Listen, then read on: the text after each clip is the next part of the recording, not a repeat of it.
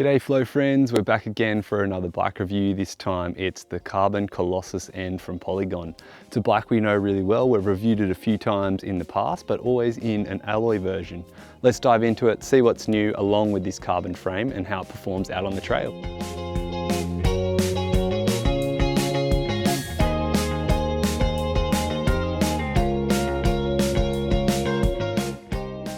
To really test out the capabilities of this bike and get a sense of that all-round feel, I decided to test it in a bike park close to where I live, which is the Grouse Mountain Bike Park. It actually hosted a few World Cups back in the early 2000s for any World Cup buffs out there. And to accompany that, I also tested it on some rough downhill racetracks on Cypress Mountain to get a balance between the racy feel of the bike, but also how playful it could be in a bike park riding lots of jumps and berms. So with the changes that they've made, the list isn't extensively long, but the refinements are quite significant. Obviously there's the carbon frame, but there's also now in-frame storage, mixed wheel compatibility, and of course an updated spec list, which has some really high-end components. As with the previous versions we've reviewed, it's still using the IFS 6-bar suspension platform. I think the IFS suspension platform flies under the radar a bit. The performance is great, delivered a balanced and composed ride feel. Obviously, the biggest difference is the carbon frame. To go with the alloy versions of this bike that are already released, there'll be two carbon versions now available. The Collosus N8 Carbon at $6,199, and the Collosus N9, which I've been testing. That will come in at $8,499. With the lighter frame material, they've been able to drop the frame weight down by around 500 grams, which has brought the weight down significantly. The previous N9 alloy build we tested tipped the scales at almost 18 kilograms, while the bike I've been testing comes in at 16.6 kilograms. And that drop in weight is a big win for riders looking to race.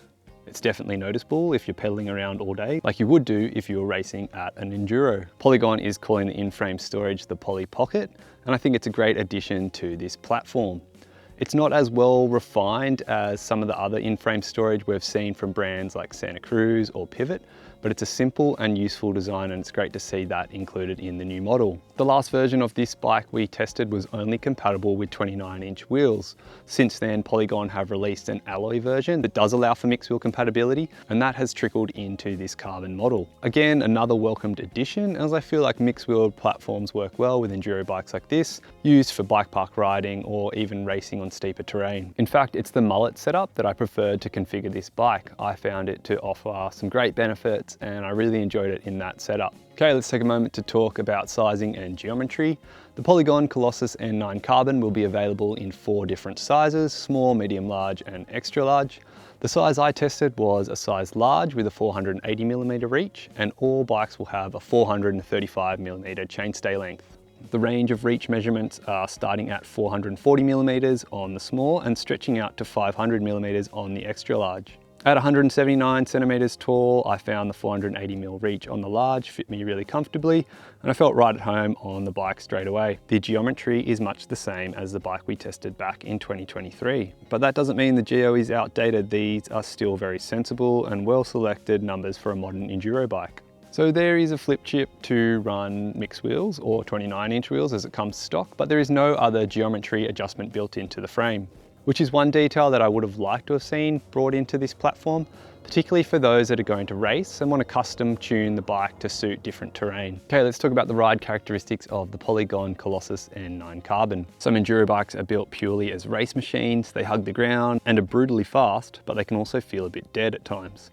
The Collosus is a little bit different in that regard. It can absolutely handle chunky terrain, but it also is more responsive and lively than a lot of other bikes in this category.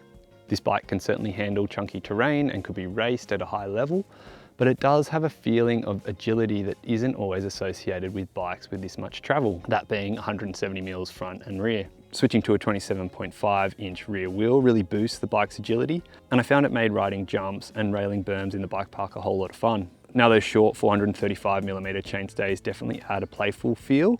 That said, some riders might prefer a bit more stability.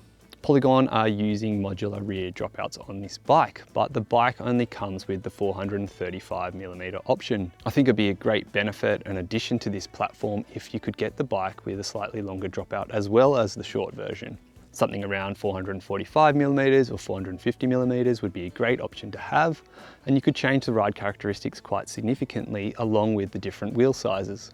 I'd be interested to see if down the line Polygon introduce the option to buy a slightly longer rear dropout, as they are using a modular platform. Looking at how this bike climbs, there's not a whole lot to write home about. It climbs just like a lot of enduro bikes do these days, which is quite comfortable with a steep seat angle and a high front end. Puts you in a nice climbing position, but at no point do you feel like you're flying up the hill. One thing I will say about the climbing is it does sprint quite well. For example, if you're in an enduro stage and you're looking to sprint on a little pinch climb mid-stage, the IFS suspension does give you quite a good platform to pedal into. Again, this will be a benefit for those looking to use this bike as a race machine, giving you that little bit extra as well as the downhill capabilities the bike has been mostly designed for. Now we're going to talk a little bit about the component highs and lows, and as this is the flagship top of the line model in Polygon's range, as you would expect, the spec list is quite impressive. The Collosus N9 Carbon comes with plenty of top shelf parts, and the standout for me was the Shimano XTR wireless Di2 drivetrain, as well as the XTR brakes. The shifting is super fast, and the shifter itself has a really positive and tactile feel to it. It was the brakes though that impressed me the most. They've got a ton of power, and the lever feel is spot on. The ergonomics are excellent and adjustable. Having good brakes on a bike like this that is designed for burly and steep, rough terrain, I love that the brakes come stock as something that's super reliable and something you can trust right out of the box. The suspension was also a highlight with this bike. Polygon on the N9 have gone for RockShox front and rear, paired with the IFS 6-bar suspension system. For the fork, there is a RockShox Zeb Ultimate, and the rear shock is a Vivid Air Select Plus. Now looking at some of the things I'd change that come stock on the bike, there isn't a whole lot, but there are a few things that I'd like to change up.